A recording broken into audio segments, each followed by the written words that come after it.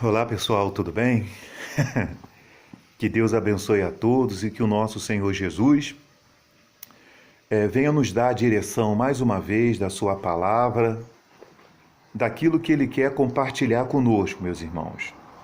Eu peço ao Espírito Santo para que Ele possa nos orientar neste momento, a fim de que nós possamos, por Ele sermos canal, sermos boca, para falar desse Evangelho, para falar dessa palavra que tem a finalidade de libertar as pessoas dos seus pecados, porque o trabalho do Evangelho é levar as pessoas à libertação dos seus pecados por meio de Jesus Cristo. Porque quando o anjo apareceu para José, lá no livro de Mateus, o anjo disse: ela, Maria, dará à luz a um filho que está sendo gerado pelo Espírito Santo, e ele salvará seu povo dos seus pecados. Essa é a prioridade de Jesus. Aquele pecado que entrou no mundo por meio de Adão, né, que no decorrer dos anos tem devastado multidões de pessoas, tem causado essa tragédia que nos dias atuais tem se multiplicado cada vez mais, né? Nós vivemos uma era, esse ano mesmo de 2020, está sendo um ano marcado por muitas tragédias, por muitas mortes, não é verdade? Isso, meus irmãos, porque o príncipe deste século, ele está trabalhando, porque ele sabe que a hora dele ser lançado para o lago do fogo está se aproximando.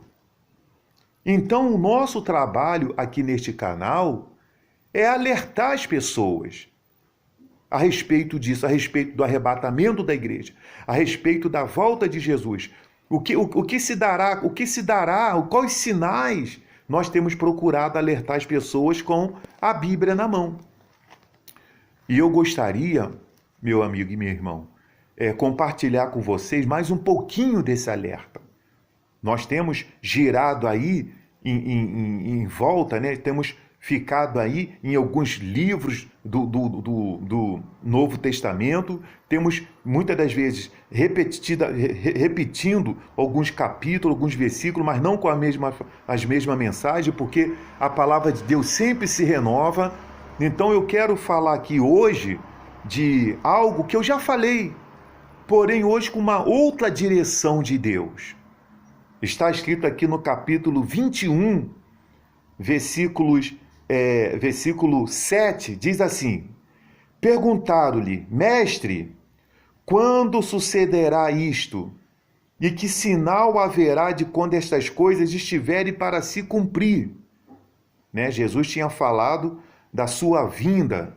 Jesus estava falando da consumação dos séculos, do fim do mundo. Por quê, pessoal? Esse mundo que nós vemos aí, que existe essa ganância por parte dos homens, que as pessoas brigam por metro quadrado, é briga entre família por herança, é irmão querendo matar o irmão para querer ganhar mais percentual do testamento do que o outro. Essa briga, essa ladainha que nós vemos no mundo aí, as pessoas estão brigando pelo metro quadrado de que a Bíblia diz que não vai existir. Esse mundo vai acabar. Infelizmente, as igrejas dos dias atuais, elas investem muito pouco nesse alerta. Infelizmente, pessoal, o Evangelho de Cristo a respeito do fim do mundo, parece que os pastores, esses líderes evangélicos, esses homens que estão em púlpito, eles têm medo de pregar isso. Mas será por que eles têm medo? Será que é porque eles não creem? Ou porque eles não têm certeza que eles vão viver a eternidade? Como numa reunião, eu me lembro que quando eu estava no antigo ministério, eu participei de uma reunião pastoral em que o nosso líder, ele falou para nós pastores que tinha um pastor que num atendimento que ele fez, o pastor perguntou para ele assim: vem cá, Jesus vai voltar mesmo? Como é que pode um pastor perguntar não ter certeza se Jesus vai voltar. Por quê? Mas por que o camarada não tem certeza disso? Porque ele só pega a Bíblia para poder buscar campanha para passar para o povo. Ele só quer a Bíblia para extrair dali movimentos para falar para as pessoas que elas vão vencer, que elas vão conquistar, que elas vão ter isso, vão ter aquilo outro. Mas ele não pega a Bíblia para ele, para ler para ele se alimentar da palavra de Deus. Olha, não pasmem se eu disser para você aqui que o que tem mais desses púlpitos de igreja espalhado por aí são pastores que nunca leram a Bíblia toda. Nunca leram a Bíblia toda. Nunca leram.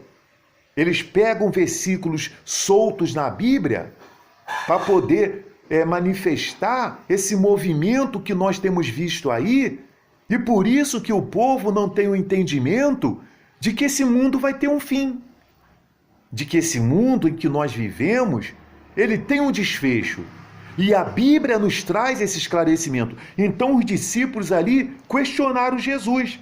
Respondeu Jesus: veja que não sejais enganados. A primeira coisa que Jesus falou é o seguinte: cuidado com o enganador. Vede que não sejais enganado, porque muitos virão em meu nome, dizendo, sou eu. E também chegou a hora, não os sigais. Não é assim que tem acontecido por aí, meus irmãos? Ah, minha igreja aqui está aqui aberta para me fazer a obra do meu Senhor Jesus. Ah, eu quero abrir essa placa de igreja aqui, entendeu? Porque eu quero ganhar almas. Não é assim, não é verdade? Lá onde eu moro ali num bairro ali, eu pego a estrada ali reta, tem mais de 10 igrejas. E a igreja apostólica do sei lá o quê, é ministério renovado do sei lá o quê, é a Assembleia de Deus do ministério Ágape, é a Assembleia de Deus do irmão tal, é o presidente do não sei o quê, é a igreja do mundial do sei o quê, é a igreja, é uma porção de placa de igreja, pessoal. Aí você passa da porta dessas igrejas, você para lá na porta da igreja dele, aí tá o irmão lá dizendo, meu irmão, você vai vencer. E que você vai conquistar, meu irmão, Deus vai dar vitória. Só ouve isso, só ouve eles falar de vitória. Você não vê eles falar do reino dos céus. Você não vê eles falar, pessoal, que Jesus vai voltar. Meus irmãos, olha, se prepara, porque Jesus vai voltar. Tudo isso que está acontecendo no mundo está escrito na vida e é daqui para pior. E eles estão dizendo para as pessoas que vai melhorar. Eles estão dizendo para as pessoas que as pessoas vão fazer campanhas e as campanhas vão melhorar a vida dela nesse mundo. Meu irmão, deixa eu dar uma notícia para você. A Bíblia diz que não vai melhorar, meus irmãos. A Bíblia fala de princípio das dores. O que você entende de princípio de dores? Está escrito aqui, ele diz aqui, quando ouvides falar de guerras e revoluções, não vos assusteis, pois é necessário que primeiro aconteça estas coisas, mas não será o fim logo. Não está dizendo que o fim vai ser agora. Tudo isso que nós estamos vendo aí, essas revoluções, esses rumores de guerra, entendeu? Que nós estamos vendo aí, está anunciando o princípio das dores. Não virá dias melhores. Eu não posso enganar você. É duro dizer isso para você, meu irmão. Eu não quero tirar de você as esperanças. Até porque, quando nós aceitamos Jesus como nosso Salvador, cria em nós a esperança de viver a eternidade. Nós estamos aqui nesse mundo de passagem.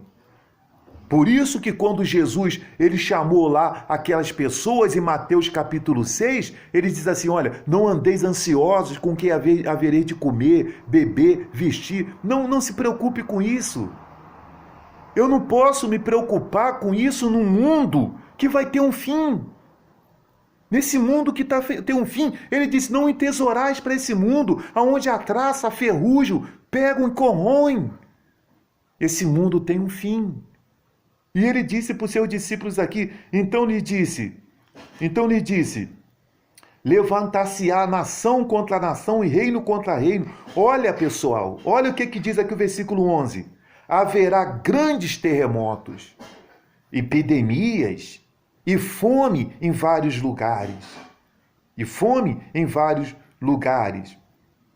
E coisas espantosas também e grandes sinais dos céus.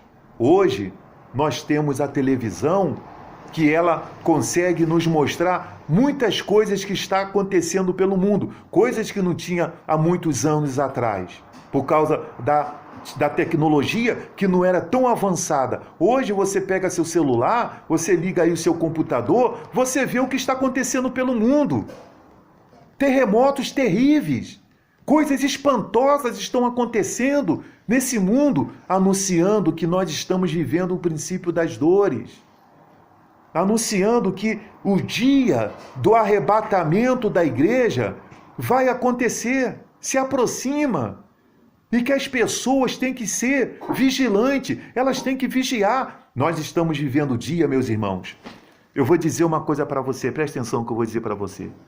Nós estamos vivendo dias em que nós temos que triplicar ou quadriplicar a nossa vigilância. Porque o diabo, ele vai trabalhar para tirar de nós a nossa coroa, o direito à vida eterna. Nós temos que tomar cuidado, nós temos que vigiar, não é fácil. Não é fácil segurar a natureza adâmica. Segurar essa natureza adâmica vivendo nesse mundo sugestivo, esse mundo que nós vivemos, alimenta o pecado. Esse mundo que nós vivemos, ele motiva ao pecado. E por isso que nós temos que nos encher da presença de Deus. Nós temos que fazer o que Efésios 6, versículo 10 diz, tomar toda a armadura de Deus, nos envolver cada vez mais com Deus, aplicar mais em oração, entendeu? Se você está orando, ore mais. Se você está lendo a Bíblia, leia mais. Se você está orando pouco, procure orar mais, procure ter mais relacionamento com Deus, procure se estreitar a sua intimidade com Deus, para que você possa resistir os dias maus que estão sobrevindo sobre esse mundo, porque não está fácil, pessoal. Olha, esse ano de 2020, eu tenho 51 anos de idade, eu nunca vi um ano ser tão problemático como esse. E olha que nós já passamos muitas coisas. Olha que nós já passamos muitas crises nesse mundo, pelo menos aqui no país. Nós já vimos muitas coisas, mas não como esse ano. Não como esse ano. O ano de 2019 para 2020, muitas pessoas vestidas de branco, na praia, batendo taça uma na outra, feliz ano novo, próspero 2020, esse 2020 vai ser de sucesso. Todos nós fizemos isso, chegou em abril, fechou tudo. Chegou em abril um vírus, fechou tudo. Fechou tudo. Aquilo que falaram na meia-noite de 2019 para 2020 caiu por terra. Caiu por terra. Esse ano não haverá Réveillon. Esse ano não haverá. Porque, pessoal, a Bíblia precisa se cumprir. A Bíblia está se cumprindo. Então, qual é o papel da Igreja de Cristo? Qual é o papel do cristão? É nós intensificarmos para as pessoas que Jesus existe. Que Jesus veio a esse mundo para nos salvar dos nossos pecados. E Ele vai voltar para nos levar para a eternidade. Infelizmente, muitos de vocês que ficam aí dentro da igreja, nessa mentira, muitos de vocês que ficam dentro da igreja vivendo essa mentira, sacudindo garrafa, pedindo a Deus para te dar casa própria, pedindo a Deus para te dar isso, para te dar aquilo, muitos de vocês não vão subir nesse arrebatamento, porque você não buscou em primeiro lugar o reino de Deus, você negligenciou o reino de Deus para valorizar o reino desse mundo. A Bíblia diz que quem ama esse mundo não ama a Deus, odeia a Deus. E tem muitas pessoas dentro de igreja que elas amam esse mundo, pessoal. Elas amam esse mundo, tanto que elas não abandonam esse mundo e as práticas desse mundo. Entendeu? E muitos estão pendurados aí em púlpitos aí também, entendeu? Que eles também amam esse mundo. Eles amam os seus carrões, eles amam as suas roupas de grifes. Eles amam, pessoal, sentar numa mesa e comer bem. Por isso que eles fazem o comércio da palavra de Deus e do povo de Deus. Por isso que as igrejas estão cheias de escândalos. Sabe por que essas igrejas estão cheias de escândalos? Porque falta a presença de Jesus reinar ali. Falta realmente aquela obra ser de Deus. Falta as pessoas se humilhar. Eu estava orando ontem à noite e eu fiz uma oração dizendo para Deus assim: Senhor, a tua palavra diz, humilhai-vos sobre a poderosa mão de Deus, para que em tempo oportuno ele vos exalte. E não existe coisa melhor, meus irmãos, do que nós nos humilharmos sob a poderosa mão de Deus, do que nós lançarmos sobre ele a nossa ansiedade, porque ele tem cuidado de nós. Sabe qual é o maior prazer de Deus? Sabe qual é o maior prazer de Deus? É quando nós fazemos isso aqui que eu vou ler para você. Talvez aí na sua casa, isso que eu vou ler para você está aberto aí, cheio de gordura. Está aberto lá na sua sala. Mas eu vou ler para você. O maior prazer de Deus é isso aqui, ó. É quando nós fazemos isso aqui, ó.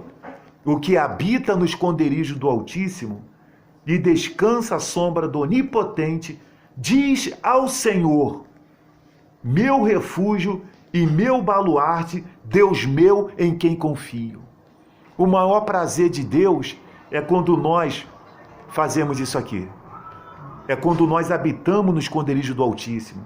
É quando nós descansamos à sombra do Onipotente. O que significa onipotente? Todo o poder. É quando nós, pessoal, fazemos dele o nosso refúgio, o nosso baluarte. Deus formou o homem para isso. Deus não formou você para ficar aí, meu irmão, nessa sua pegada aí, para cima e para baixo, entendeu? Um dia, um homem disse assim, eu comprarei tudo isso e guardarei em depósito. Né? A parábola lá, que Jesus fala. Aí vem alguém e fala assim, louco, hoje mesmo te pedirão a sua alma. Hoje, nessa quinta-feira, nessa quinta-feira de novembro, eu não sei se hoje parece que hoje é 26 de novembro de 2020. O mundo está enlutado por causa da morte do jogador Maradona, Diego Maradona. O mundo hoje está enlutado. O país dele está enlutado. Esse homem estava bem. Deu um problema lá, cardiorrespiratório, e de uma hora para outra ele perdeu a vida. Com 60 anos. A Bíblia diz lá que o homem estava guardando em depósito, apareceu ali, louco, hoje pedirão a tua alma. E para que vai servir isso tudo aí? Para quê? Para quê? Mas o problema é a pessoa partir, pessoal, dessa vida, entendeu? Mas para viver a eternidade. O benefício é ela viver a eternidade. Agora o grande problema é se ela foi sem Jesus, sem ter aceitado Jesus, sem ter reconhecido Jesus como seu único suficiente Salvador. Esse é o evangelho que precisa chegar às pessoas. De um Jesus que salva, cura, claro que cura, enriquece. Eu nunca vi Jesus enriquecer ninguém.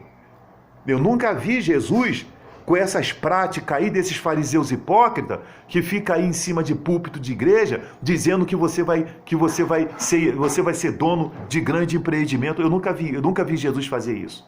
Eu nunca vi, pessoal, nem Jesus nem os seus discípulos enriquecer ninguém. Eu nunca vi. Isso é a conversa fiada desses fariseus hipócritas. Isso é a conversa fiada deles para arrancar o seu dinheiro. Entendeu? Para arrancar de você o seu dinheiro. Isso é a conversa fiada. Entendeu? Porque Jesus nunca enriqueceu ninguém. Jesus salvou as almas. Jesus salvou as almas. Jesus veio com a prioridade de salvar as almas. Meus irmãos, eu digo para você uma coisa. Esse mundo que nós vivemos aí, entendeu? Ele não vai melhorar. Porque a Bíblia precisa se cumprir. E saiba de uma coisa. Aquele que vem virá. E em breve ele vai vir arrebatar a sua igreja. Agora, se prepare. Porque assim que ele tirar a igreja dele daqui, vai se levantar nesse mundo o anticristo e vai se cumprir o que diz as profecias de Apocalipse. Espero que você esteja conosco no arrebatamento da igreja. Que nós possamos fazer parte dessa assembleia que vai se encontrar com o Senhor nos ares e estar para sempre com ele, tá certo? Que Deus abençoe a todos e até o próximo vídeo.